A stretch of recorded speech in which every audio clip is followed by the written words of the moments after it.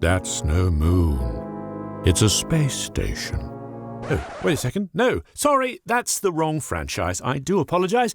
Ah, yes, it is a moon. In fact, our moon. And today, we're on it. There really isn't much to do around here. But in the 1950s, the US military was making various plans on how to wage war on the moon. Now that might seem a bit odd, considering that there's nothing on the moon to wage war at.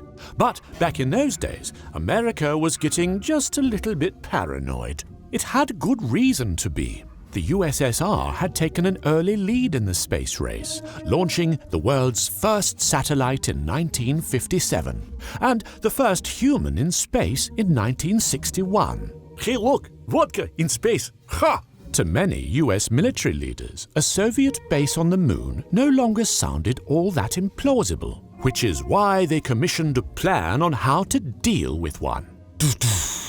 There's a base on the moon, and we need to deal with it, because it's not ours.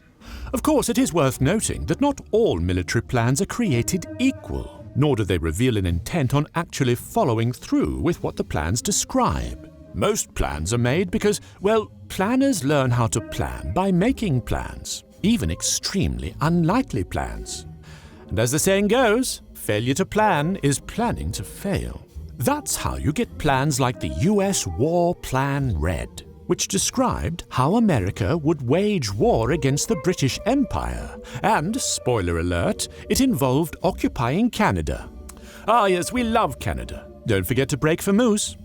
Not the chocolate kind. You see, the legs go over the bonnet and then the big bit comes in and... oh, nasty business. Anyhow, in general, the more likely a war is, the more concrete its plan will be. Sometimes, quite literally. For example, the French poured almost 4 million tons of concrete on their border with Germany as part of their contingency plans after the First World War, although we all know how that turned out. On the other end of the spectrum, you have plans that are so unlikely that they never move beyond the drawing board, collecting dust until they're eventually declassified and cause a diplomatic scandal. We love a diplomatic scandal, don't we?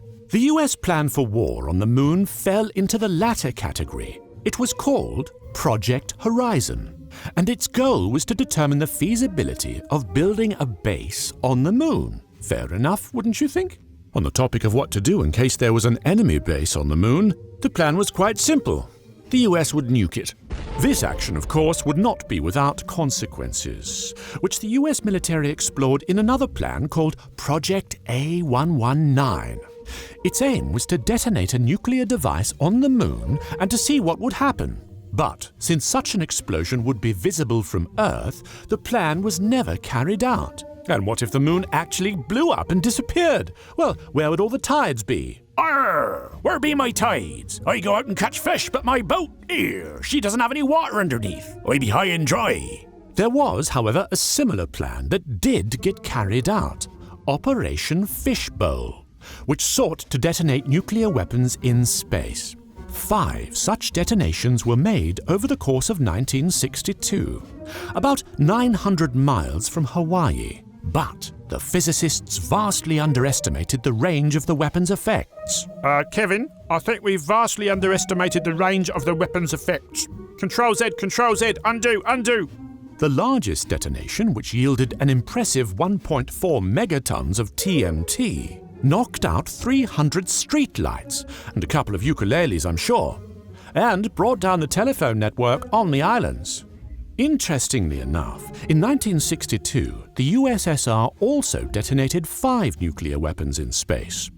Then, when both sides were done with their tests, they turned around and got most of the world to sign a treaty preventing nuclear detonations in space and above ground, and presumably preventing everyone from learning what they had learned. A similar treaty was signed in 1967 that, among other things, demilitarized the moon. And that marks the end of the potential for space war. Well, at least on the moon anyway, if they follow the agreement, which I'm sure they will. Maybe. In reality, various space-to-space, air-to-space, and ground-to-space weapons have continued to be developed and tested since these treaties have been signed. Initially, it was a race between the US and the Soviet Union. But after its demise, new challenges have emerged. Both China and India have successfully tested anti-satellite missiles, which coincidentally have also helped make space look like a junkyard, sadly, though that's a discussion for another time. In the end, while the moon might not become a battlefield anytime soon, it may very well become inhabited within our lifetimes, either as a way station for further exploration of our solar system or as a commercial mining operation. We have found a reservoir of chocolate fudge. Over. We are in the money. Repeat, we are in the money. So, hey, maybe us being on the moon won't sound so crazy one day. Because giant steps are what you take when you're walking on the moon. Sorry, a joke. In any case, my fellow cosmonauts, thank you for watching this YouTube presentation. And all that. Please send us a few likes if you enjoyed this video, perhaps on a ballistic trajectory, and consider supporting me on Patreon. Beaming these videos into space isn't exactly cheap, you know. Anyhow, I shall look forward to speaking to you again from outer space, yes, the last frontier, in another 2 weeks for the next stellar installment of SideQuest. Close transmission.